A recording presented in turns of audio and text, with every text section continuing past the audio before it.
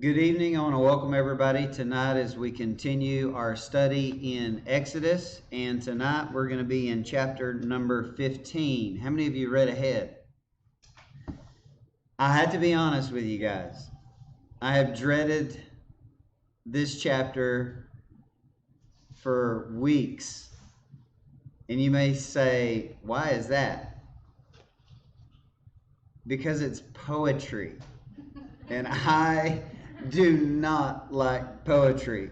I'm not an artsy kind of person by personality. So poetry in the Bible, this is the first lengthy portion of poetry in the Hebrew Bible. And one of the reasons why it's not my favorite genres is it is not literal. It is very exaggerative, it's very hyperbolic, and I don't know, it's just not for me. So I'm sure there are some poetry nerds out there somewhere who would represent this portion of Exodus much better than I would. They would appreciate it a lot more. So I had to get creative, because what we're going to see here is a continuation of the response to the Red Sea crossing, right? Last week in chapter 14, the Israelites crossed the Sea of Reeds, to be more appropriate, right? They crossed the Sea of Reeds. Pharaoh's army was drowned, the chariots, the horses, etc. They crossed on dry land. And so we read what is called the narrative or the prose account, right? The historical narrative that is basically giving us the sequence of events that take place there in the Exodus story of the crossing. But here we're going to transition into, as I said a while ago, poetry, where they are singing a song of deliverance. And that's what most of this chapter is. It is a song that Moses led the Israelites, and we'll see Miriam gets involved as well, in celebration unto Yahweh because he had rescued them, which is quite the different tune than they were singing when they were on the other side and they thought they were going to die, right? So it's amazing what the miracles have done throughout the book of Exodus, right? They respond really well to miracles. We've seen that, right? Remember when Moses and Aaron came to Egypt and they did the signs for them? They were like, yeah, we have faith. We're ready to do whatever. And then when they actually confront Pharaoh and Pharaoh doesn't comply and increases their work, what happens? They become disheartened and they lose their faith. But then when the plagues commence and obviously find their climax in the Passover itself, they're full of faith again until they get to the Sea of Reeds and look back and see Pharaoh's army, and then they assume even worse than the enemy had intended, right? And so God still delivers them, parts the Red Sea, they cross over, and here is their triumphant response to that deliverance. So we're going to start reading through this. There's really not a whole lot to say because, again, poetry is just exaggerated language. It very much overstates what actually happened and what took place. So this is an area where people who try to interpret the Bible have made crucial mistakes, as in apocalyptic genre, where they try to take everything totally literal when that's not how this genre functions. So it's important to understand what we're dealing with and working here. So in verse 1 it says, Then sang Moses and the children of Israel this song unto Yahweh, and spake, saying, I will sing unto Yahweh, for he has triumphed gloriously. The horse and his rider has he thrown into the sea. Obviously, God didn't step out of heaven and take a body and physically throw the horse and the rider into the sea, right? So again, you see right from the gate that this is euphemistic language. Continue in verse 2. The Lord is my strength and song. He has become my salvation. What's interesting is that word here, salvation, Yeshua, which happens to be the name of Jesus in the New Testament. He is my God, and I will prepare him a habitation, my Father's God, and I will exalt him. See right here where it says, I will prepare him a habitation. In some translations it says, I will praise him, because you have a unique verb used there that's what they call a hapax legomenon, which is a one-word occurrence. So, to be honest, they weren't quite sure how to translate it, which is why you might see it translated various different ways in different English translations. Continuing in verse 3, Yahweh. Remember, and I'm sure you guys do, anytime you see Lord in all capitals, it's the word Yahweh, and it never has the definite article. You will never, ever, in the entire Hebrew Old Testament, find Yahweh's Yahweh with the definite article. Now, you will find Elohim with the definite article when it's referring to God, but never Yahweh. So, the English translators, to distinguish Yahweh in a special way, put the Lord. Okay? The Lord is a man of war. Yahweh is his name. And that's been an important theme in Exodus, hasn't it? Establishing the preeminence and the grandeur of the sacred name of God. And we talked about why it has such value because of what it means. The self-existent one, the one who was and is to come. Okay? It says in verse 4, Pharaoh's chariots and his host has he cast into the sea. His chosen captains also are drowned in the Red Sea. Verse 5, the depths, which is using creation language to home, the depths have covered them. They sank into the bottom as a stone. Your right hand, O Lord, or Yahweh, is become glorious in power. Your right hand, Yahweh, has dashed in pieces the enemy. So what would the right hand represent euphemistically? Strength, power, might, right? Verse 7, in the greatness of your excellency you have overthrown them that rose up against you. You sent forth your wrath, which consumed them as stubble, right? So that's obviously exaggerative, because what they envision there is a fire consuming like hay, right, or grass. And with the blast of your nostrils, the waters were gathered together. Do you guys think that like God peered over heaven, cleared his throat and blew on the water? You think that's how it parted? No. But the floods stood upright as a heap, and the depths were congealed in the heart of the sea. The enemy said, I will pursue, I will overtake, I will divide the spoil. What would be the spoil they'd be dividing? Their own possessions, right?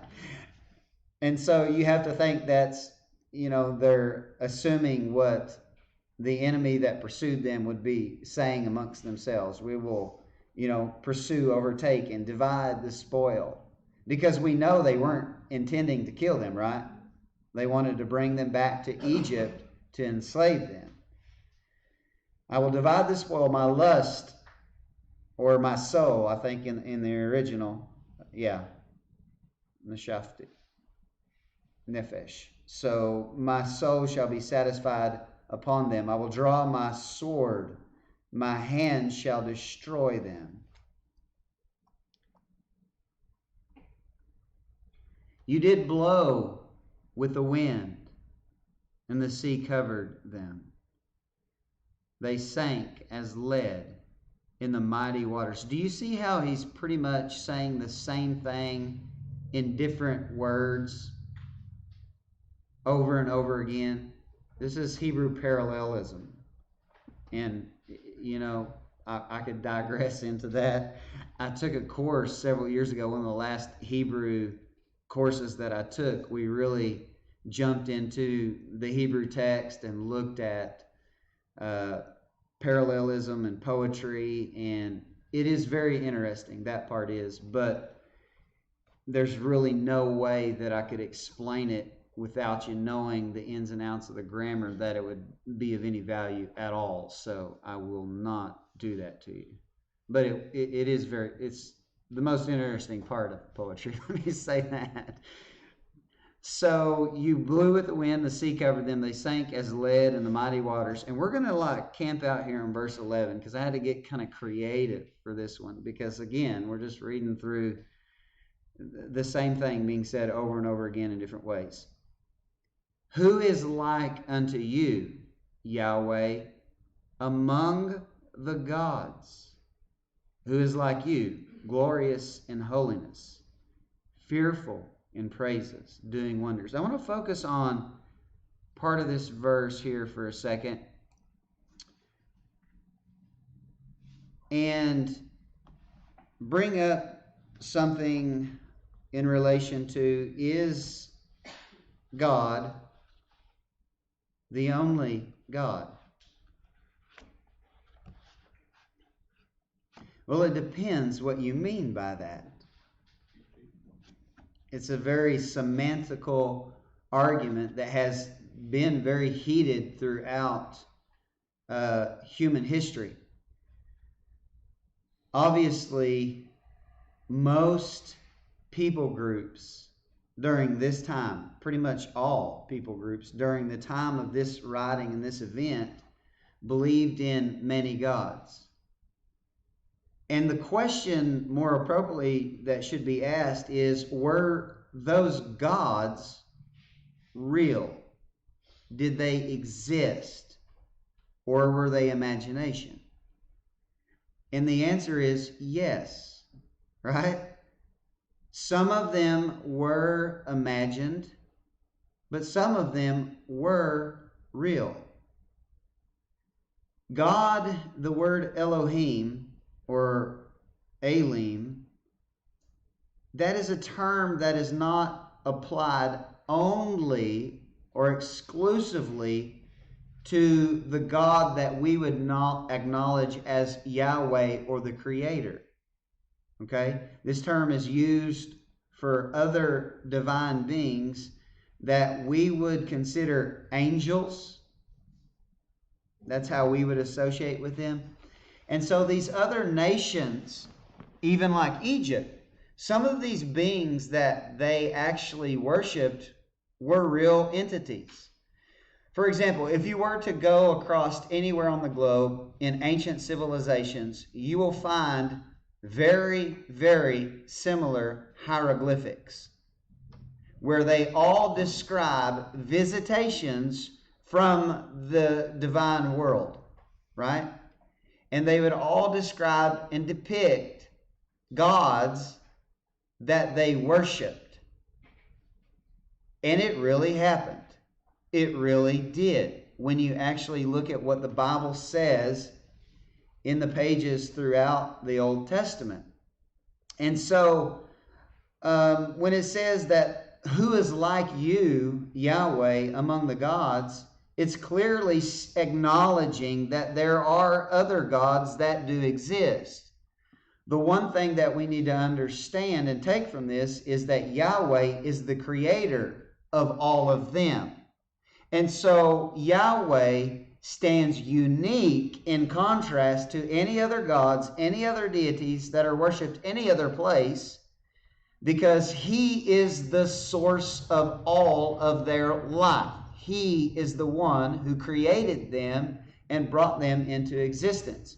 You can go to passages like Job 38, and you will see that God had sons when He created the earth that we live on as human beings and set things in order to sustain human life. They existed prior to God creating this atmosphere, this earth that we live on. Job 38. I encourage you to go home and read it. And it calls them the sons of God or the stars of God. And angels, many times in the Bible, has an equal sign, and angels equal sign stars, right?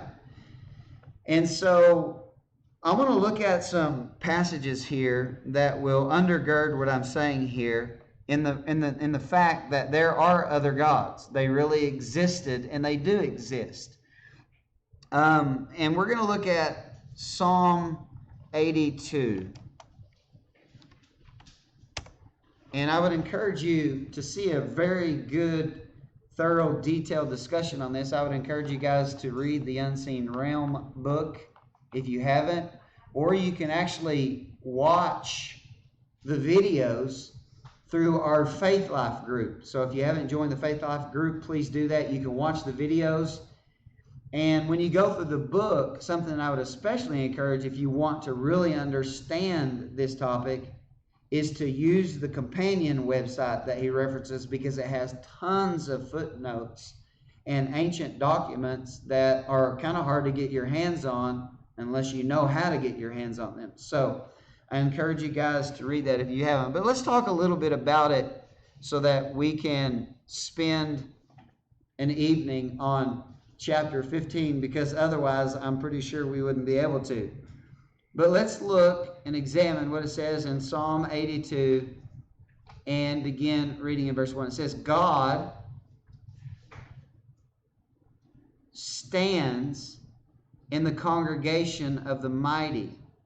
Now, I don't really like the way it reads in the King James, so let's go to the ESV because it is better translating this particular passage. God has taken his place or his stand in the divine council. And the divine council here is divine beings that surround the presence of God. Notice what it calls these beings as we continue. Verse 1. In the midst of the gods, he holds judgment. Okay? How many of you know that in order for you to be in the midst of the gods, those gods must exist, right? Otherwise, it is a meaningless statement. And so, watch what is said. He brings forth judgment in the midst of these gods. And you have to understand that these gods, these Elohim, are good and bad. Just like humanity, there are divine beings that chose to rebel against God. Watch what he says. How long will you judge unjustly and show partiality to the wicked? Give justice to the weak and the fatherless. Maintain the right of the afflicted and the destitute. Rescue the weak and the needy. Deliver them from the hand of the wicked. They have neither knowledge nor understanding. They walk about in darkness. All the foundations of the earth are shaken. Watch what he says. I said, you are gods. Elohim. And it's plural.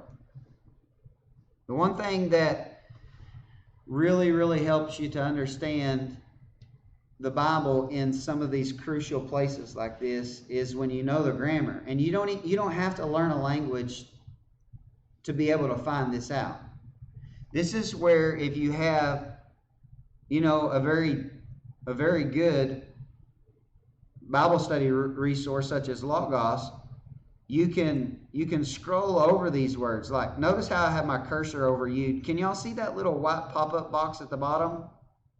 It gives you the Hebrew word. Can y'all see that? Is it too small? It says atim. And it tells us what we need to know about that word. It is a pronoun. It is a personal pronoun. It is second person, but watch what it says. It is masculine and it is plural.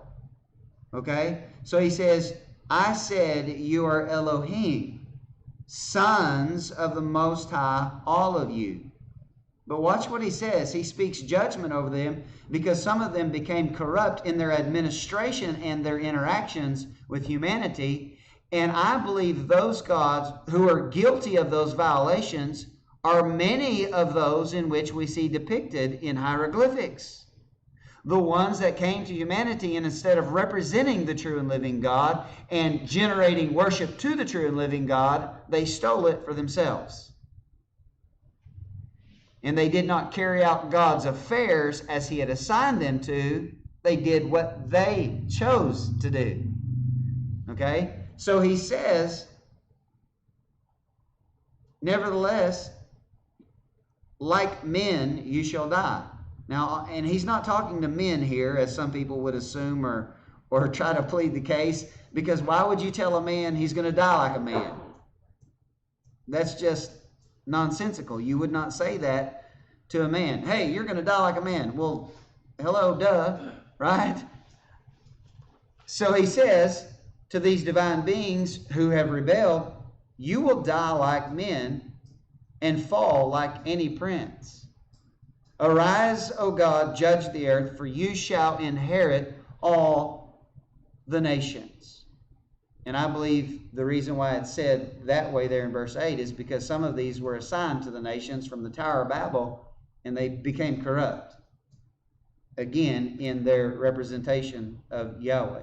So let's look at Psalm 89 just to prove that these cannot be humans, okay? These sons of the mighty.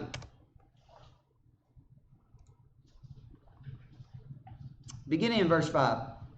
And the heavens shall praise your wonders, O Yahweh, your faithfulness also in the congregation of the saints. The word saints there is kadosh or kadoshim, which should be more understood as holy ones, which in the Old Testament, this term applied to divine beings, which we would usually say are angels. Okay? And the text demands that because it says, who in the heaven, right? Is any of y'all in the heaven? Are humans in the heavens? No. For who in the heaven can be compared unto Yahweh? Who among the sons of the mighty, Elim, same phrase that we've seen in 82, Psalm 82, can be likened unto Yahweh. So again, we know this is the council that's in heaven. God is greatly to be feared in the assembly of the holy ones. Again, this is the angelic host, divine beings that surround his throne.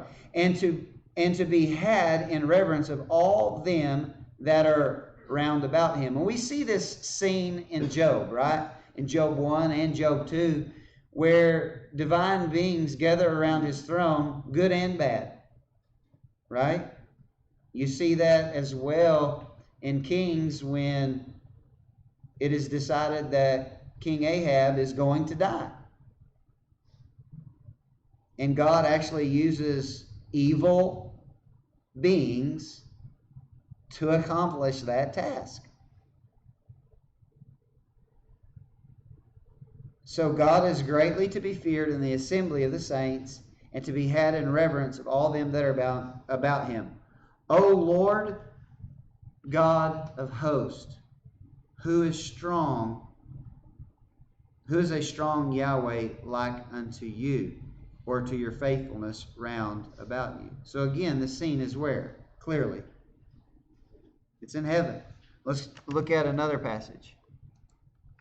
We're just going to stay in poetry tonight. How's that? Among the gods, there is none like unto you, O Lord, neither are there any works like unto your works. Again, if these gods didn't really exist, that would be a weightless statement, right?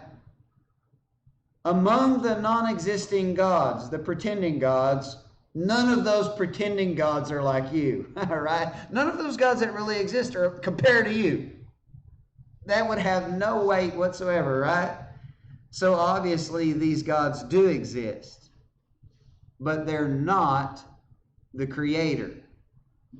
That's the difference. They are incomparable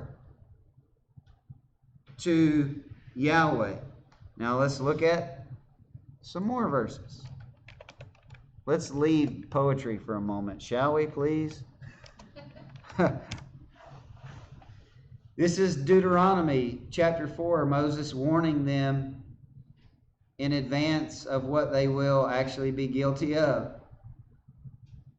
Beginning in verse 15, take therefore good heed unto yourselves, for you saw no manner of similitude on the day that the Lord spake unto you in Horeb, or Sinai, out of the midst of the fire. In other words, he said, you did not see the shape or the form of God, so don't become like the pagans and try to make images or idols as they do that represent me. Lest you corrupt yourselves and make you a graven image, the similitude of any figure, the likeness of male or female, the likeness of any beast that is on the earth, the likeness of any winged fowl that flies in the air, the likeness of anything that creeps on the ground, the likeness of any fish that is in the waters beneath the earth. And lest you lift up your eyes unto heaven, and when you see the sun and the moon and the stars, even all the host of heaven, and should be driven to worship them and serve them, which the Lord your God hath divided unto all nations under the whole heaven. So he's warning them against falling into making idols unto anything in heaven or on earth. The term the host of heaven in the Old Testament is a term that can apply to the celestial lights that we see that obviously govern the day and night, but they also refer to, most often, angelic beings, the host of heaven. And what you could do in this case, to give you a Bible study tip, if you have something like Logos, is you could highlight that phrase, you could right-click on it, and you could generate a report that would show you that phrase everywhere it appears.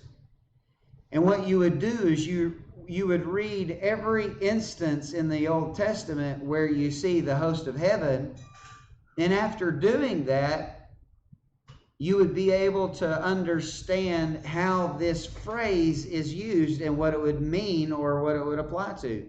And the context will determine that. But you would see, if you actually done this study, that it refers to divine beings in many cases. Okay? Now, if we were to stay in this and go down to verse 39 here, you would see, he says, know therefore this day and consider it in your heart that Yahweh, he is God in heaven above and upon the earth beneath. There is none else. Well, does that contradict what we've already read? Because we've already read there are other gods. So what does it mean there is none else? As I said earlier, there's no other creator. There's no one who even remotely compares to Yahweh. And that was part of what the Exodus was trying to prove to the Egyptians. And not only to the Egyptians, we'll see more and more as we progress through this narrative that it was to instill fear in the hearts of who? Everyone in the ancient Near East. Why would that be necessary? Because God is leading the Israelites to a land that they are going to have to war to possess. Right? And so it serves that function. Now let's stay in Deuteronomy and go to,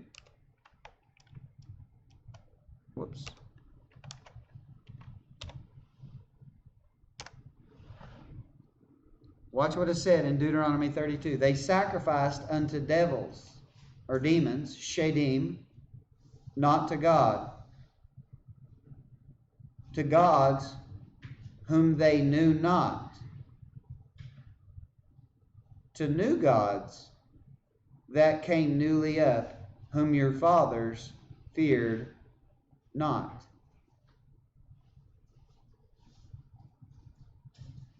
So they sacrificed to demons, not to God. That word shadim, demons, is a word that can, in the ancient Near East and even in the Mediterranean, the whole Mediterranean area and even westward, is a term that can mean good or bad divine beings, beings of power. We would say, again, angels. And so they sacrificed to demons, not to God, to gods whom they knew not. So does this describe gods that don't exist or do exist? Are demons real? The Bible seems to think so. All right? Matter of fact, Paul plays on this particular verse here. You know, if we are of the sort that we need something in the New Testament, and we actually went over this in our Corinthians series, but watch what Paul says. Behold, Israel after the flesh, are not they which eat of the sacrifices partakers of the altar? What say I then, that the idol is anything, or that which is offered in sacrifice to idols is anything? Y'all remember that controversy there? I won't repeat it because you can go back and listen to it if you don't know. But watch what he says. But I say that the things that the Gentiles, the heathen, the nations sacrifice, they sacrifice to demons and not to God. And I do not want you to have fellowship with demons, right? All of this is in the context of them going to pagan temples and eating food sacrificed to idols. And some of them were claiming idols don't have any real existence. And Paul saying the idols themselves may not have real existence in that they are life and they are lifeless, right? They were created by man. But they represent something that is real that you don't need to have any association or fellowship with, right? There are principalities and powers and rulers of darkness that really exist. And for whatever reason, throughout the Old Testament, they appeared just like the angel of the Lord appeared, just like Yahweh appeared, just like angels appeared frequently. There were some that were rebels that appeared. And they didn't have God's agenda in mind.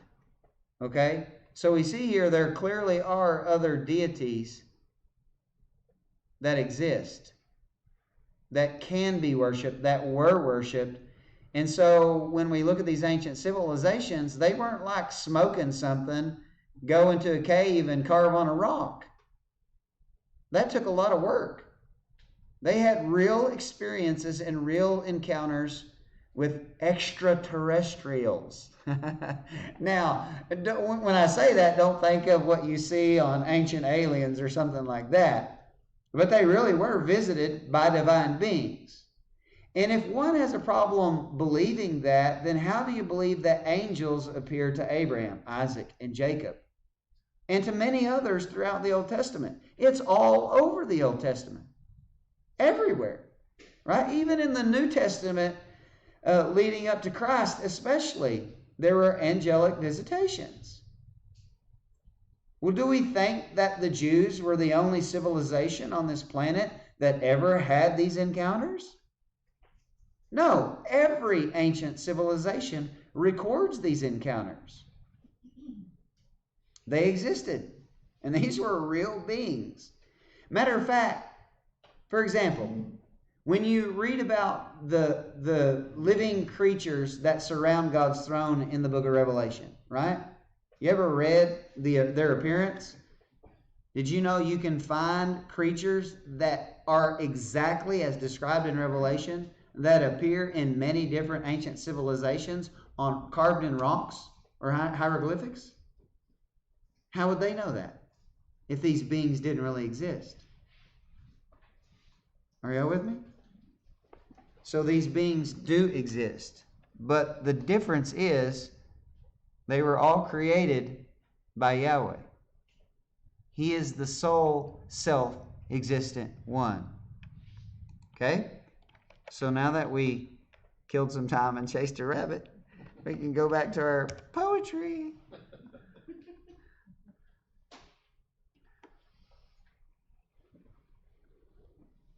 Thankfully, there's not a whole lot of poetry after this.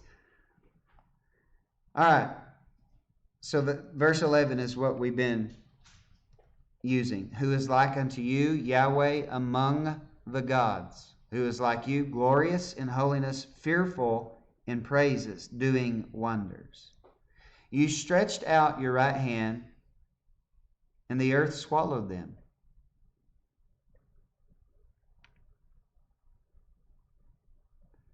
I'm sorry, I got sidetracked mentally there. I'm going to keep my comments to myself. You in your mercy have led forth the people which you have redeemed. You have girded them in your strength unto your holy habitation. The people shall hear and be afraid. Sorrow shall take hold on the inhabitants of Palestina, or Paleshit in Hebrew. Then the dukes of Edom shall be amazed. Where is Edom?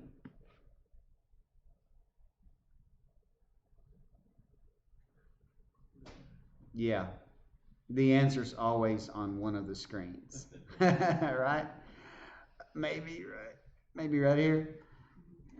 But who is Edom? Esau. I mean, Genesis, like, pointedly in one sentence tells you Esau is Edom. And that's crucial to understanding the New Testament and corporate election. Okay? That's very important. So, the Edomites would be descendants of who? Esau. And Esau is who? The brother of who? Jacob, who has another name which is Israel, which is important. Why? Because who is this story of the crossing of the Red Sea about? The Israelites. Okay? So the dukes, the word dukes there, interestingly, is the Hebrew word aluf, which is utilizing the word that you've seen them talking about in the patterns of evidence, Red Sea crossing, where they were talking about how the word aleph can represent different things than thousands. This is one of those examples, just to point it out. So the dukes, which would be a tribal leader or a tribal head of some sort, of Edom shall be amazed. The mighty men of Moab, trembling, shall take hold upon them. Now, who are the Moabites? Where do they live? Moab. Y'all are quick. Well, y'all jumped right on that. Y'all were like, it's on there. I know it is. Right? So you have the Edomites down here, south of the Dead Sea. They would have lived in this whole vicinity. And then you have the Moabites, and then you would have the Ammonites. Okay? Who are the Moabites? How did they come to be? They were the sons of Lot. They were. That's right. One of the sons of Lot. But who were the mother to these sons? Lot's daughters, right? Moab and Ammon, the Ammonites, the Moabites and the Ammonites, right? So I'm just quizzing y'all because we went through Genesis, and so you should know these things, hopefully. What event led to the procreation of these people groups. The destruction of what? Sodom and Gomorrah, right? The cities of the plain. So, again, just to refresh it. So these procreations of the flesh are going to be a pain for the seed of promise. That's one thing that we need to see here. Lot was a kind of a pain, wasn't he? Y'all remember Lot? He was a selfish little man. Right? Abraham had to kind of cut ties with him before God could get on with the promise being fulfilled, right? All right, don't get sidetracked here. The mighty men of Moab trembling shall take hold upon them. All the inhabitants of Canaan shall melt away. Fear and dread shall fall upon them. By the greatness of your army shall they be as still as a stone, till your people pass over, O Yahweh, till the people pass over which you have purchased. Verse 17, you shall bring them in and plant them in the mountain of your inheritance. What mountain would that be?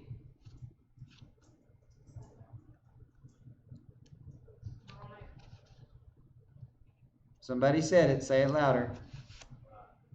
Moriah. What is its most infamous name, though? Easiest question I have ever asked, by the way. Jerusalem, right?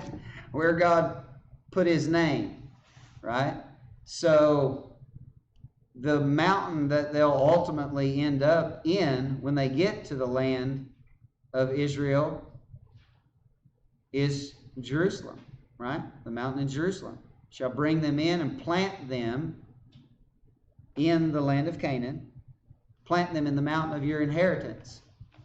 In the place, O Lord, or Yahweh, which you have made for you to dwell in. In the sanctuary, O Lord, which your hands have established. The Lord, Yahweh, shall reign forever and ever. For the horse of Pharaoh went in with his chariots and with his horsemen into the sea, and Yahweh brought again the waters of the sea upon them. But the children of Israel went on dry land in the midst of the sea. And Miriam, the prophetess, the sister of Aaron and the sister of Moses, we seen her earlier in the Exodus story, remember? She took a timbrel in her hand, or more appropriately a drum of some sort. And all the women went out after her with timbrels and with dances. And Miriam is the Hebrew derivative that is the English word. Anybody know? Mary. Miriam in Hebrew, in English is Mary. A very common name amongst the Hebrew people. And Miriam, the prophetess, the sister of Aaron, took the timbrel in her hand. All the women went out after her. Miriam answered them, sing to Yahweh, for he has triumphed gloriously. The horse and his rider has he thrown into the sea. And so you could see that after this crossing of the Sea of Reeds, they're pretty ecstatic, right? They're pretty pumped up that the Lord has delivered them. He has drowned Pharaoh's army, his mighty men, and they're able to continue in their freedom. And I actually had intended on finishing this chapter tonight, but I think I'm going to hold off because I don't want to rush through some things when we get into verse 22 in examining the wilderness of Shur. Because up until this point, we've already seen enough evidence, as I described last week, to know pretty much without a shadow of a doubt. And I'm not overstating this. I will just slam dunk this and concrete this in. The Exodus took place on the Egypt side. There's no doubt about it. Okay? Now, I know we were watching the documentary that they're going to say the Red Sea crossing was over here. It's impossible. It is impossible based on the text and what the text actually says. And we've seen enough evidence to land that plane already. But we're going to look at even more evidence. And I'm going to show you how to investigate for yourself, especially if you have this Bible software. So for those of you who want to learn a little bit about how to use this software, next week is going to be very advantageous, because I'm going to show you how you can study a place name and go to the context of those place names and study what the context says about those locations and what it associates those locations with. Speaks volumes of being able to locate. Now, we may not be able to pinpoint the exact location, kind of like Sinai. Remember in Exodus chapter 3, part 1, we concluded that the Mount Sinai has to be in this area right in here, based on what the text itself says about the location of Sinai. We'll see even more evidence than we looked at in chapter 3 as we go through Exodus and even into Numbers. But again, we're going to examine what they call the wilderness of Shur. Notice that the people who made this map see that the wilderness of Shur is right here, which again, in and of itself, single-handedly,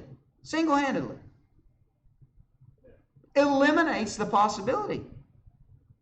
Right? Because let's just read verse 22. Please pay attention to what the text says. So Moses brought Israel from the Sea of Reeds, and they went out into the wilderness of Shur. So wherever they crossed the Sea of Reeds is right next to the wilderness of Shur. And we will indisputably see what the text says the location of the wilderness of Shur is, and we'll find out, watch this, it is nowhere near this location right here. And in order for this to be where the Red Sea crossing was, it has to be. The wilderness of Shur would have to be right here. And we're going to see the text totally eliminates it. So honestly, if you take this as the location of the Red Sea crossing, you have to say that the text itself is wrong, and that you are more in the know than Moshe, the guy who wrote this text and experienced the Exodus, who held out his rod and watched the waters depart and knew where these places were. He tells us where they are, and we're going to cross-reference a lot of his usage of this place, because he wrote the book of Genesis as well, and Genesis mentions where Shur is, and we will investigate that with a fine-tooth comb next week, because it will help us examine the patterns of evidence and know where the Red Sea crossing was. Maybe not the exact location, but we at least know which side it's on, and that's enough. Okay? So with that said, any questions about the beloved poetry?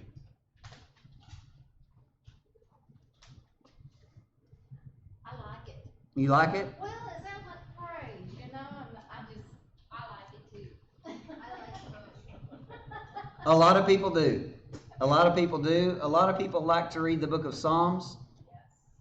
It's never been one of my favorites. It hasn't. A lot of it is praise, and it is beautiful, especially if you read it in the original, because it has a sweet flow to it. But a lot of it's just complaining and nagging.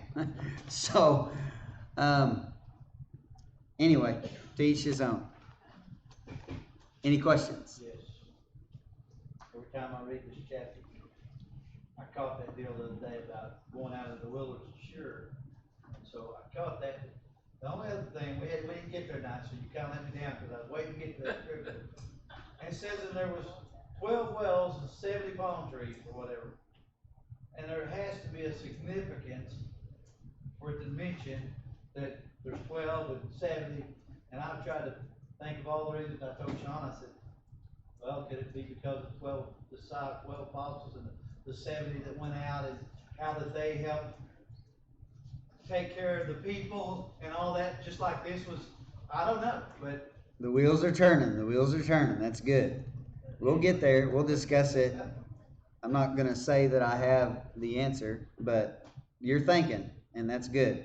Because numbers are not arbitrary. well, I mean, it goes through all this, and all of a sudden it says, and there were 12 wells and 70 palm trees. I'm like, okay, what's significant? Yeah, we will discuss that in due time. Amber? This was kind of on last week, but I was listening to a Michael Heiser Naked Bible podcast on that chapter in Exodus, Mm-hmm. and he discussed some topographical imagery that they have found of canals that support that it actually describes why they would call it the Red Sea, because in their mind it actually does these massive canals stretched and connected those lakes all the way up, and although they're not there currently, there are old images of, and they're filled with silt, so you can see they filled in, and that they would have been wide enough for those types of events to occur. And there's actually relief on Ammon's temple of an image of a canal with reeds on each side of it, so it fits all of those different descriptions, and that it wouldn't necessarily be wrong to call it red and reed, because they would view that as connecting all the way up from that arm of the Red Sea. Mm-hmm. So I thought that was really interesting, because it can fit with all of those theories. I would agree with him on that's why the Septuagint writers translated it Red Sea, which is where we get Red Sea.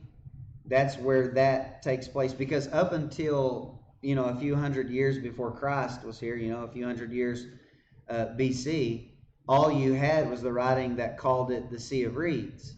So when the Septuagint writers try to come up with a way to identify that location, they connect it using that term Red Sea, which is associated with the body of water, the bodies of water that come from here and have two canals that go and form the Sinai Peninsula. So I would agree for sure with what he's saying there. Yeah, I have one more. Go ahead. There was, from that unseen realm, Mm-hmm. there's another route that they take to describe the word Elohim, the usage. Mm-hmm. And when you said extraterrestrial, that's another way that Heiser explains it, is that it really has to do with where you live, Mm-hmm. where we are terrestrials on this earth. In Samuel, it describes when that witch calls up his spirit, they describe him as an Elohim, but he's a disembodied spirit. So basically what he was saying is, it has more to do with the terrain that they live in versus the terrain that we live in, where we want a hard name for it, and we want to call it an angel, and we want that to be the job and the description. That's just not how it worked. Could you guys hear? Basically what she's saying is that the word Elohim is a locative term, in that it describes beings that are located in an outer dimensional world, right? That's their natural habitation, not this world, right? This is our domain as humans. They interact with us here, but Elohim is a term that is, associated with location in the other world, or other worlds, you could say, because again, that word does appear in relation to the underworld as well. So heaven, the underworld, basically any other location but here. So it's a broad ranging term that can mean many different things, and the context is always going to be what determines what is meant. So good point. Any other questions? Shane? On the verse 11, the digression that was taken, a lot of those, like Psalm 82, Psalm 89, all the other, like even back to Genesis, and dividing of nations in 10 and 11, there's a lot of focus and attempts to say that the gods mentioned are earthly kings. Yeah. And that it talks about them that way because, especially in Psalms, that's poetic language. And so they are exalted humans, therefore a similarity would be that they are a god. Some even view themselves that way. But so what's the rebuttal there? Because I'm in line with your thinking and with what your interpretation is. It certainly is very plain, at least to me, that it is talking about other celestial beings that serve around his throne or that have domain, especially in Job, where they all report to God and he have interaction with him. Mm-hmm. That would obviously be something that would support other gods. But what's the rebuttal to, no, those are kings? Because like even the pirate radio, whatever his name is, Roseboro. Yeah, his is a semantical thing. Yeah, there's one, that's it. Yeah. What he means is there's one Yahweh. So he's getting into semantics. But if he has done any study in Hebrew, which I know that he has, he would know that the word Elohim does not apply only to God, that we recognize as the one true and living God, because it says God stands in the midst of himself. If Elohim doesn't mean other and include other divine beings, you can't stand in the midst of yourself, right? And I could take you back to places in Psalm 82 and 89, and the verb, the grammar settles it, because you have singular and plural verb that accompanies the word Elohim, which is by nature a plural term. Elohim is a plural of Eloah. And so when you have a singular verb with Elohim, it has to be speaking of the one true and living God, the Creator, Yahweh. But when you have a plural verb, it's going to be talking about these other entities that are not the true and living God, that are also called Elohim. And so that argument and the location in some, how it says in the heavens, obviously we're not there. And then Job 38 is a great example, because you have pre-existing. Let's just read Job 38.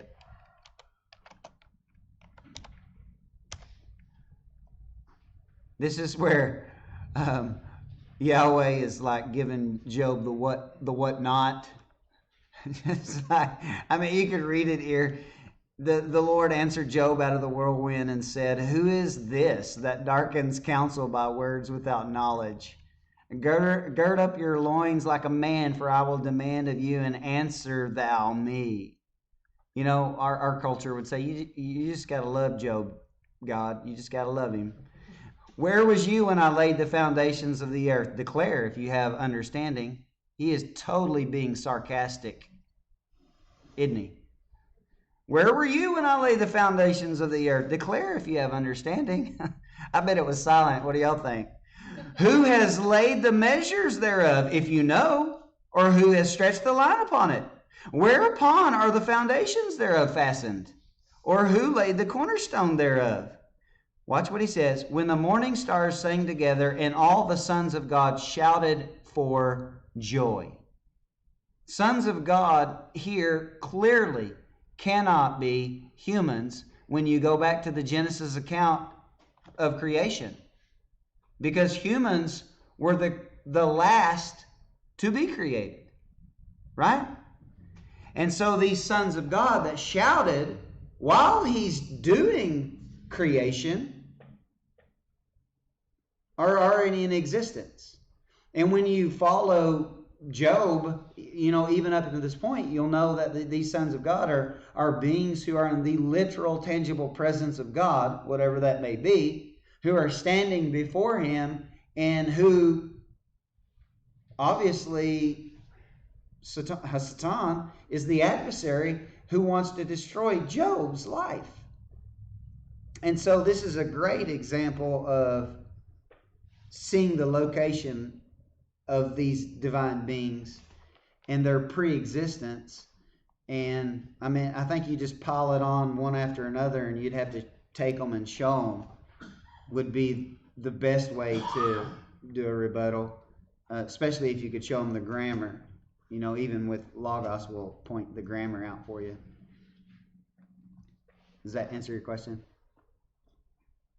Yeah, there's just, the argument is always, or I guess from what I've read and from what I've been exposed to, is that's just an explanation through grammar of an elevated human. That's not a celestial being. Mm-hmm. That's not what they're talking about. There's only one God. And then they point to the line that every Hebrew says, "Hear, O Israel, the Lord our God is one." Yeah, That means one. It's a semantical debate for sure. I think the statement that they'll die like men, I think that's a pretty good logical explanation for that. It would be hard to explain that these men will die like men. Yeah. I could see if they're you'll die like a poor person or you'll die like a pauper. Yeah. But just you'll die like a man. Yeah. Great point. Well, and that's also twisted as, well, they're a king, so they're not a man. So there's a difference. Yeah, there's some good rebuttals. So it's honestly the greatest refute to these gods existing and the possibility that this could be referring to human rulers or kings or judges is Jesus' usage of it in John's Gospel, where he quotes it to the Jews. And if we jump into that discussion, it would take forever. But I would encourage you to read the Unseen Realm book. It deals with how to respond to that. You can go to the website as well. All of that is in the book. So if you don't have the book, please get it, because it's worth your time. Here's the book in Logos edition. It's an excellent book. It's a great read on understanding the worldview and the context of the Old Testament. And I really appreciate the work that Heiser has done on this subject. Now, I don't appreciate a lot of his New Testament work, but he's an Old Testament scholar, and he has been trained in Semitic languages, Ugaritic, a lot of the sister languages, Aramaic, even Egyptian hieroglyphics, things like that. He's done research and learning the language in a lot of those. So I respect his work that he's done on the divine council and the unseen realm. So I encourage you to read the book. It's something that you need to read slow and really digest, or it'll be easy to overlook what's trying to be articulated there. Any other questions?